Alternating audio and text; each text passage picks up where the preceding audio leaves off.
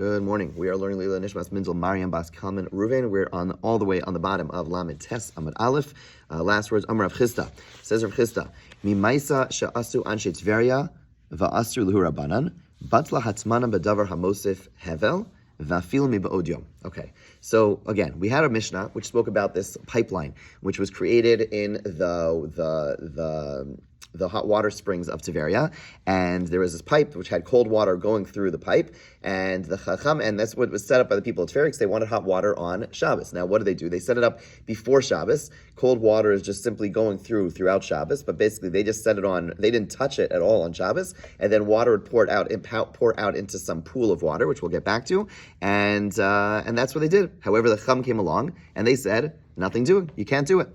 So from here, Rav Chisda says, you see that Chazal clearly came along and forbade all forms of hatmana. Anytime you insulate anything with something which is going to increase the level of heat, like over here where you have the cold water and then you have hot water surrounding it, so it's increasing the level of heat, and vafilim bod yom, it's set up before day, it's set up before Shabbos. In other words, it wasn't done on Shabbos. Granted, some of the water is going through on Shabbos, but in terms of the human initiative, the human action, it all takes place before Shabbos begins. And the Chacham came along and said, nothing's allowed, you're not allowed to benefit from this water whatsoever throughout Shabbos.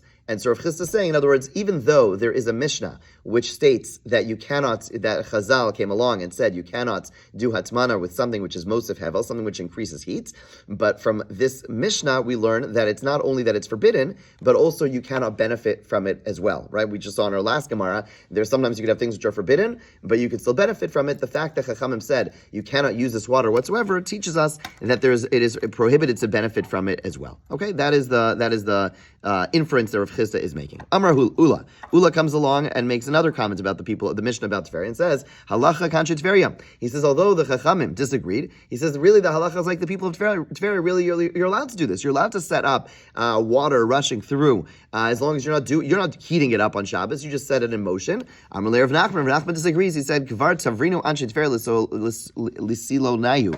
The people of Tveria agreed to the Chachamim. They went ahead and they destroyed their pipeline. They went ahead and destroyed the pipes. Clearly, they agreed to the Chachamim, and clearly, therefore, the halacha is like the sages, meaning it is not permitted. You cannot set something like this up. Okay, now, and that's what we seem to rule like, and we'll see some practical applications as we go through the next Gemara, but the halacha seemingly is like the Chachamim saying you cannot set up this water pipeline where it's heating up the water on Shabbos, even though you didn't, and benefiting from that water cannot be done. Okay, Ma'isa she'asu anshe Tveria. Okay, so we go back to the Mishnah. The Mishnah said that the Chachamim said about the water, that the water that went through the pipes on Shabbos is just like hot water that was heated up on Shabbos. Okay, meaning everyone knows you're not allowed to put a pot of water on an existing fire on Shabbos. You can't benefit from the water. And what does the Mishnah say? The Mishnah says, and therefore it's forbidden both to drink, okay, and to bathe with that water. Now, there's an implication in that line. The fact that it says that it's like water that was heated up on Shabbos, and therefore you can't do these things, the implication is that if it was like water that was heated up before Shabbos, okay, if there's water that's heated up before Shabbos, these things would be allowed. Okay, right? That's the implication. It's just saying it's like hot water that was heated up on Shabbos, and therefore you can't drink it and you can't bathe. Implication: if it was water that was heated up before Shabbos, you would be allowed to drink it. Okay, that makes sense. You could drink up water that was like you have your kettle, right? Everyone here, I imagine, has an urn or whatever, and the water is heated up before Shabbos. Okay, you're allowed to drink it, and it's telling you you're allowed to bathe with the water that was heated up before Shabbos. That is going to be the springboard for a big discussion about what type of bathing is allowed or not allowed on Shabbos itself with water that's heated up before Shabbos. Okay, so that's what the Gemara is going to be discussing. What type of bathing did the Chachamim say is not allowed because of the fact that it was heated up on Shabbos? Again, implying that this type of bathing would be allowed if it was water heated up before Shabbos. Right? That's what the Gemara is going to now be discussing. If you want to say we're talking about bathing the entire body, then again, let's go back to our inference. The statement of the Chachamim is saying that the hot water that was heated up on Shabbos is forbidden. But hot water that was heated before Shabbos, you would be allowed to bathe your whole body. That can't be the implication. But why? Vatanya, it was taught in a brisa.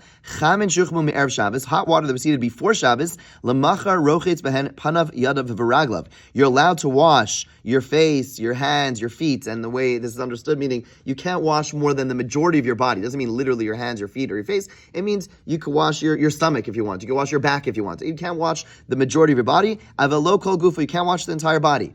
Okay, so we see that you are not allowed to wash your entire body with water that was heated up even before Shabbos, right? So Ella, and we'll come back to why in a second, Ella panav yadav v'raglav, rather the implication must be that what it's permitting is for you to wash your hands and your feet and your face. Right, let's just review. In other words, the Mishnah told us this hot water, that the people of Tiveria's hot water, is like water that was heated up on Shabbos, and therefore you can't use it to wash yourself. Okay, so which type of washing yourself are the Chum saying you cannot do, right? And why is this relevant? Because the implication is that if there was water that was heated up before Shabbos, you would be allowed to. Ross, your Gemara's came. Thank you. Okay, thank you. Okay, and therefore the implication would be that hot water that was heated up before Shabbos, you would be allowed to use to wash yourself. But the washing that we're referring to over here can't be the whole body, because this Mishnah just told us, we have a brisa that tells us, you're not allowed to wash your entire body with hot water that was heated up before Shabbos. So therefore, the hot water, the washing that we're talking about must be hands and feet. And what are we saying? Hot water that was heated up on Shabbos, you can't wash your hands and feet, but hot water that was heated up before Shabbos, you're allowed to wash your hands and feet.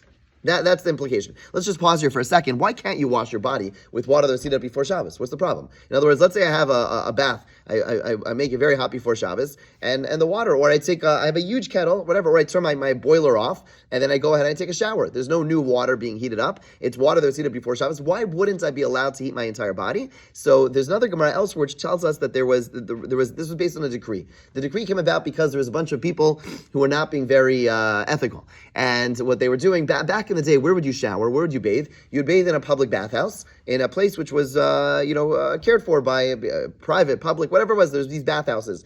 And the problem was that people were going to these bathhouses, and they were told, this hot water was heated up before Shabbos. It was basically, this is not new hot water. It's a hot water that's heated up before Shabbos. But practically speaking, the bathhouses, there's incentive to keep the water, the fire hot. Basically they would keep an actual fire under the pools. And there's an incentive for the owners of the bathhouses to keep it hot. And therefore they would, no one's looking, it's underground. They would add fire to it, add wood to it. And basically they would heat up water on Shabbos and claim that it was water that was heated up on Shabbos, that the water was heated up before Shabbos, that nothing was added on Shabbos. So therefore Chacham came along and said, no bathing the entire body on Shabbos to prevent this issue.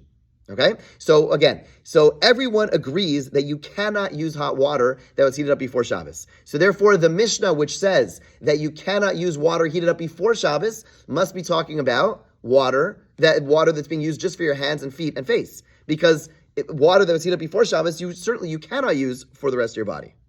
Yeah, with me? Now let's plug in the rest of the Mishnah. Ema Seifa. However, if this is what the Mishnah is talking about, again, saying that you can...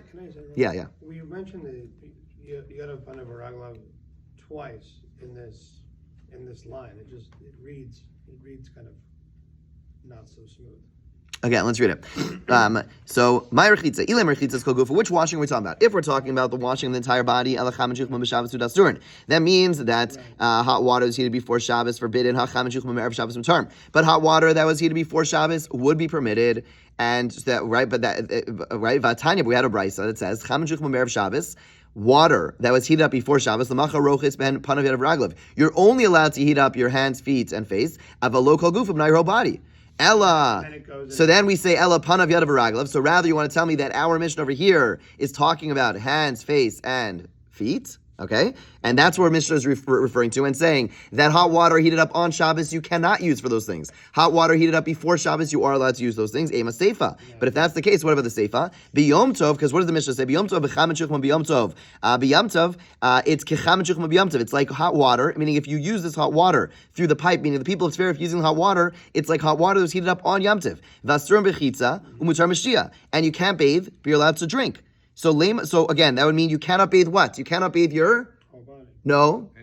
your hands, feet, and face, right? In other words, we're now stating, based on the Resha, based on the first part of the Mishnah, we're saying we're talking about hands, face, and feet. So that means that in the Sefer of the Mishnah, which was talking about Yom Tov, we're also talking about hands, face, and feet, and saying you cannot wash your hands, face, and feet. That would mean that our Mishnah is going like Beis Shammai. Why? Ditnan, it was taught in the Mishnah. Beis Shammai omrim lo yachim adam cham l'raglav elam kein ruin l'shtia. That a person, according to Beis Shammai, a person's not allowed to warm up hot water for one's feet or face or hands on Yom Tov. Uvesil matirim, but Beisil does allow it. So again, just to say this one last time, the Mishnah is telling us that the water that was heated up on Shabbos cannot be used for hands for something, for some type of washing. It's a little bit unclear.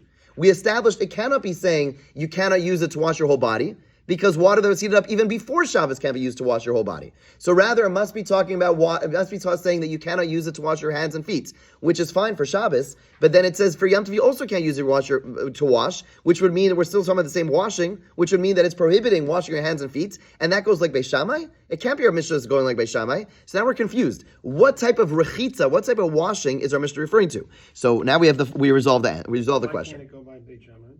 It's strange. A Mishnah wouldn't a Mishnah wouldn't go like Beis Shammai typically. We typically rule like Beis Hillel. So you wouldn't, if you're going to go like Beis Shammai, it'd be a stretch to say our Mishnah without any dissenting view is simply going like Beis Shammai. So Amar Ika Bar Chananya lishtate pahen kol gufo skinan. Okay, we're talking about there's three types of washing. There is bathing.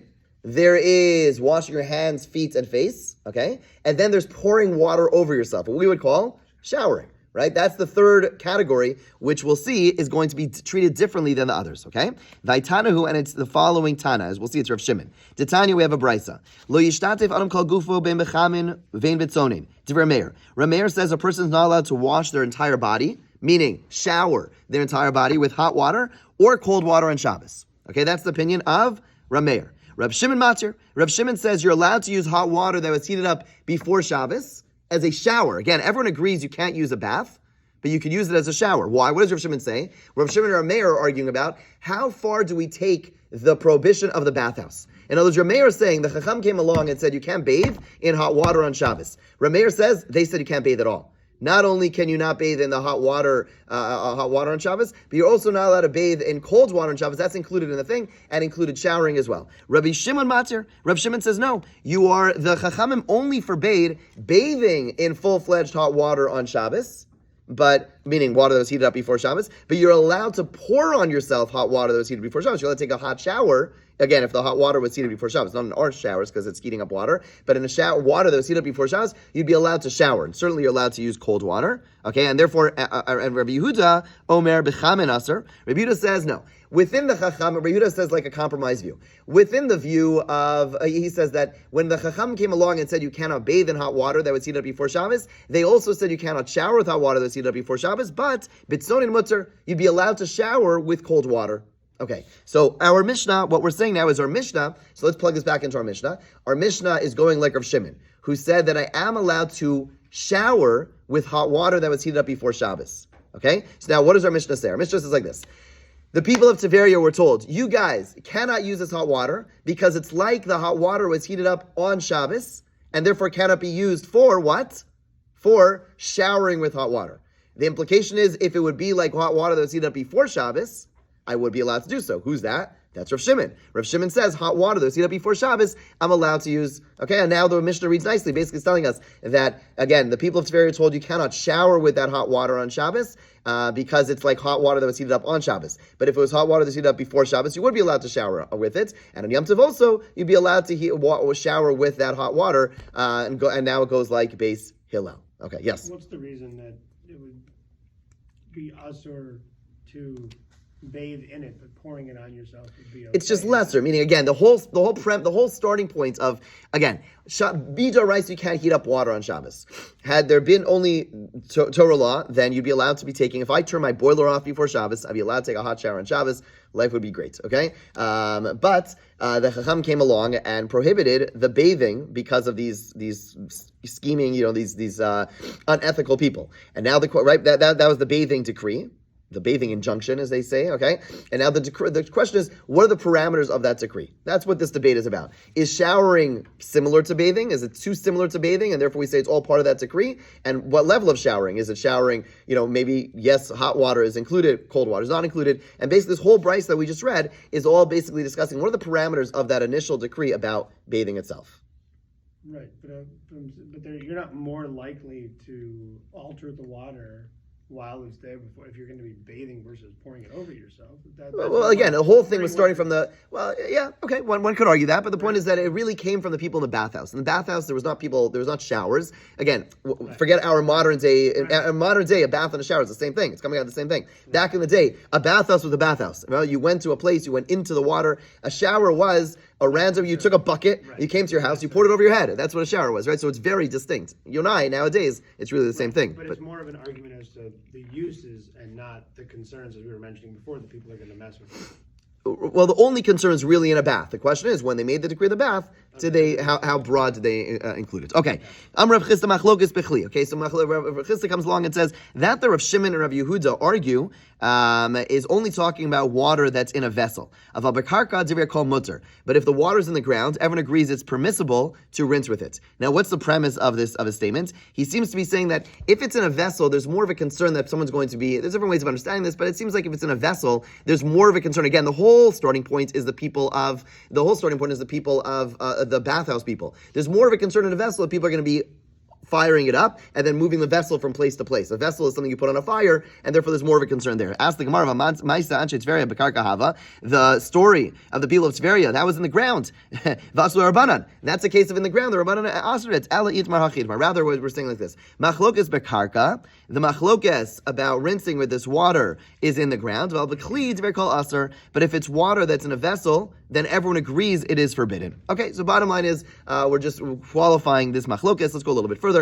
Amar Rabba Bar Chanan, Amar Rav Yochanan, Halach Rabbi Yehuda. Okay, so Rabba Bar Chanan comes along in the name of Rabbi Yochanan and says Halach is like Rabbi Yehuda, meaning you cannot take a hot shower on Shabbos, even if the water was heated up before Shabbos, but you would be allowed to take a cold shower on Shabbos, according to Rabbi Yehuda. Okay, now we'll come back to that in a second. We'll go through a quick summary of the halachos in a moment.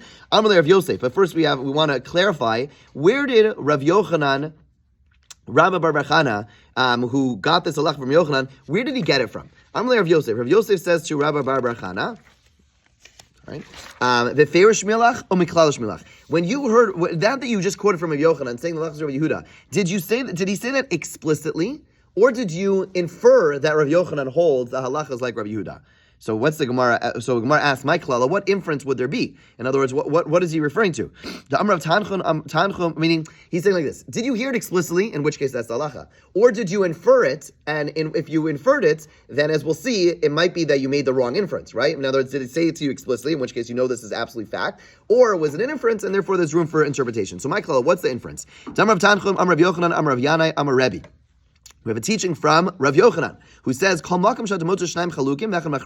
anytime you have two people having different opinions, and one person saying a compromise, okay? Halacha kibbur mechira, the halacha is going to be like the one who's making the compromise. So anytime you have within three tanaim, and one of them says halacha is it's asr. One of them says it's mutter. And one of them says it's sometimes asr, it's sometimes mutter, meaning saying some form of a compromise. We always go with the moderating view. That's the view of Rav Yochanan, right? And that would be relevant to our case, right? Because what do we have? Rav Meir said hot water, cold water, nothing doing. Rav Shimon said hot water and cold water, totally fine. Again, hot water heated before Shabbos. Rav Yehuda said hot water, no. Cold water, yes. So when Rav Yochanan said, when you said Rav Yochanan says halachas like Rav Yehuda, did he say halachas like Rav Yehuda over here, or did he say, or are you just using that principle and applying it to this teaching of the Tanaim, right? The Gemara just says now there's one exception, chutz mikuli matzlanios, except for the case regarding rags that were designated for insignificant use. We're not getting into that right now. Shafi Shabelezer machmir Rabbi Yeshua Mekel Rabbi Kiva Machriya, because even though in that case of the rags, Rabbi Eliezer is on the stringent view, Rabbi Yeshua is of the lenient view, and Rabbi Kiva is in the middle. Ein halacha to Rabbi Kiva. There the halacha is not like Rabbi Kiva. Chadad Rabbi Kiva Talmud. Who? One, because Rabbi Kiva is a Talmud of Rabbi Eliezer and Rabbi Shua. By the way, this is where everyone gets that question. One of the places where everyone gets that question of why is everyone mesubin? It's Rabbi Kiva bivnei brak. Typically, the teacher. The student goes to the teacher, and over there it's Rabbi Eliezer and Rabbi Yeshua. They are going to the student, right? So why are they going to Rabbi Kiva over there and not vice versa? Okay, but that's one of the reasons that we don't do that. Meaning the rule applies when it's three colleagues, not when it's two teachers and one student. Va'od, Hadar be Rabbi Kiva Gabi Rishua. Also, in that case, again, which we're not getting into, sorry, but Rabbi Kiva actually retracted his view and went like Rabbi Yeshua. But in general, the halacha is like the compromising view. So the Gemara says, who cares? Let's say he did infer it. In other words, what's the big deal? Whether Rabbi Yochanan said it explicitly, the halacha is like that he said that explicitly, the halacha is like Rabbi Yeshua, or it was inferred. Either way, the halacha is like Rabbi Yeshua. What's the difference? So he says no. Dilma hani mili b'masnisan. Because if you inferred it, maybe this principle is only true in Mishnayos. Again, the authors of Mishnayos, the author of Bryce is different. Of a Brysa lo, and if it's in a Brysa, which is the teaching that we just saw about showering, that was a Brysa. So maybe Rabbi Yochanan's halacha about going with the moderating view is only true in Mishnayos, written by Rabbi Yehuda, right? Rabbi Yehuda Nasi, but maybe when it comes to Bryces, maybe there, the halacha of going with the moderating view is not true, right? And so he says, and therefore he wants to know, did he learn it explicitly or was it implied? Amrale, Rav Barchana says, Ana befer shmieli, I heard it explicitly from Rabbi Yochanan that the halacha is like Rabbi Yehuda, and that is the way, and that's why I said that's the halacha. Okay, so let's now just summarize with a couple of halachas about showering and bathing on Shabbos itself, based on what we just learned, we learned very clearly that water that's heated up on Shabbos certainly cannot be used, right? So if there's water, you put it on a hot water tap, even by mistake, you cannot use that to bathe yourself in any way on Shabbos itself. Water that's heated up Erev Shabbos, what are you allowed to do? You could heat up parts of your body, right? That's what the Mishnah was basically implying, right? The Mishnah we learned that it's that water that's heated up before Shabbos, you'd be allowed to wash parts of your body. So let's say you turn off your boiler, and so it's only water on right before Shabbos, right before you light candles. Turn off your boiler. So the only hot water you have there is hot water that's heated up before Shabbos, and you make sure that right. And so it stays there, it stays hot. You still will not be allowed to use it only for parts of your body, but you'll not be allowed to use it for the majority of your body. Okay, fine. There is, let's say you have water that's warmed up. So meaning, let's say you mix some cold water with some hot water that's already heated up before Shabbos, and then you pour some cold water into it, you warm it up. You don't actually make the cold water boiling, but let's say you take like let's say you have like a hot water, let's say you have your boiler, or you have a kettle, and it's filled with hot water, you empty the thing out, and you pour some cold water into it that warms the cold water, not boils the cold water, then you would be allowed to use that to wash parts of your body, okay? What about, again, showering cold water? What do we see from this Gemara? It is seemingly permitted, right? Because Allah is Rabbi Yehuda, and we are beferish merely. However, is brought down in all the early Ashkenazi poskim that there was a minhag not to do so. Okay, very well established minhag. This is one of the places where our Hashulchan and others say it's a strong minhag. We don't mess with it. The minhag was based on the minhag of not doing so was based on two concerns. One was schita, that there's a concern whenever you bathe yourself with a lot of water, then there's a concern of squeezing out the towel. Not for now. We'll come back to this. There's often a misconception about what you are and not allowed to. You're allowed to dry your hair. That's not an issue of schita. Schita is that the towel is going to be soaked with water, and people are going to use a soaked towel. There's a concern of schita. We'll get to schita as we go through Masech Shabbos, and therefore that was one of the concerns. The other concern also was in places where there was no eruv, people are going to carry as they go to the pool of water, and therefore the minhag was that that a person's not allowed to take a cold shower. Ramosha in a tshuva writes that if a person's in a lot of pain, that's not included in the decree. So he says a person's like really, really hot on Shabbos, and they really, they feel incredibly uncomfortable, you'd be allowed to take a cold shower on Shabbos, and that would be permitted.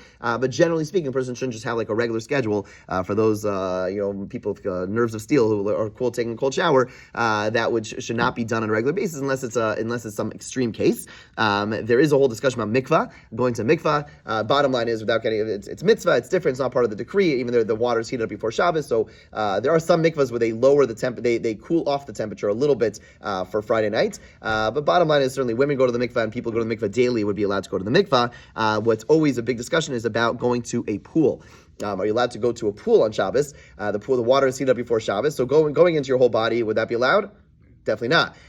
The question is also there's another issue about going into lakes on Shabbos, which is a whole another discussion. And so a pool that is like an infinity pool or pools that the water is like all the way to the top, that would be included in lakes and its own decree, which we'll see later on. But like a regular pool, which has like the water's over here, the walls over here, going into your whole body would be aser. Going and putting in parts of your body should be mutter. So the bottom line is, dipping your toes, dipping your foot, like twiddling, again, with an eruv, without an eruv, there'd be issues of carrying water out of it. But putting in parts of your body into a pool of water that was heated up before Shabbos would presumably be permitted. Some are not such a fan. The poskim do discourage it being like something which is not ideal. But certainly, if a little child or something like that or whatever, bottom line is, it's certainly, strictly speaking, it'd be permitted to put like your feet into a pool on Shabbos. But to do, but ideally a person should probably avoid that as well. Ideally. Okay. Have a great day. We'll pick up tomorrow.